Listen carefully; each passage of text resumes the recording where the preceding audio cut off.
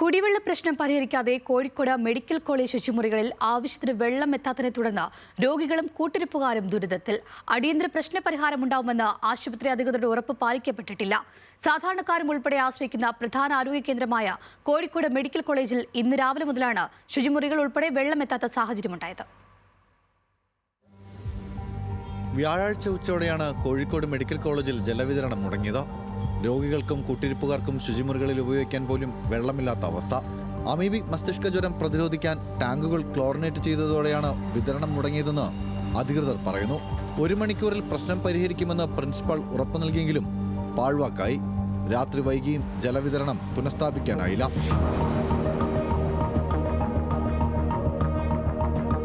ജലവിതരണം മുടങ്ങിയപ്പോൾ മതിയായ രീതിയിൽ പുനഃസ്ഥാപിക്കാൻ സംവിധാനമൊരുക്കാൻ കഴിഞ്ഞില്ല എന്നാണ് രോഗികളുടെയും കൂട്ടിരിപ്പുകാരുടെയും ആക്ഷേപം.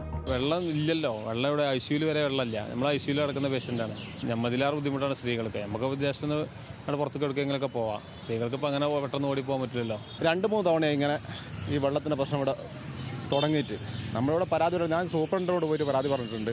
ഇന്ന് സെക്രട്ടറി കണ്ട് പരാതി പറഞ്ഞിട്ടുണ്ട്. അപ്പോൾ അവർ ഓക്കെ എന്ന് പറഞ്ഞ് വെറുതെ ചുമ്മാ ഫോണെടുത്ത് ആരെങ്കിലും വിളിക്കൂ. ഇത് തന്നെ അവിടെ നടക്കുന്ന സംഭവങ്ങൾ. 2 മാസത്തിലൊരു 10 ദിവസം ഇങ്ങനെ വെള്ളം ഇല്ലാണ്ടായിട്ടുണ്ട്. ഒരു 1.5 വെള്ളം ഇല്ലാണ്ടാവും. ഒരു ദിവസം രാവിലെ 5 മണിക്ക് പോയൊക്കെയാണ് വൈകുന്നേരം 6 മണിയായിട്ട് 7 മണിയായിട്ട് വെള്ളം വരുന്നില്ല. ടാങ്കറുകളിൽ വെള്ളമെത്തിച്ച് പ്രശ്നം താൽക്കാലികമായി പരിഹരിക്കാൻ ശ്രമം നടക്കുന്നുണ്ടെങ്കിലും പര്യാപ്തമല്ലെന്നാണ് കൂട്ടിരിപ്പുകാർ പറയുന്നത്.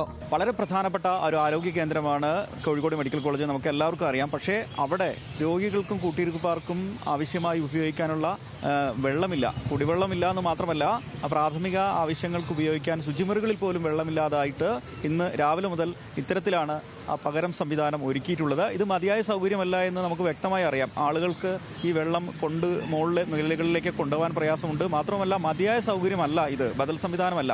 അങ്ങനെ ഗൗരവത്തോടു കൂടിയ ഒരു ബദൽ സംവിധാനം ഒരുക്കുന്നതിൽ കോഴിക്കോട് മെഡിക്കൽ കോളേജ് അധികൃതർ പരാജയപ്പെട്ടു എന്നത് സംശയമില്ല. വലിയ പ്രതിഷേധം ഇക്കാര്യത്തിലുണ്ട്. നിസ്സഹായരായ മനുഷ്യരാണ് ഇവിടെ ഈ ആശുപത്രിയിൽ ചികിത്സ തേടി എത്തുന്നത് എന്നുകൂടി നമ്മൾ ഓർക്കേണ്ടതുണ്ട്.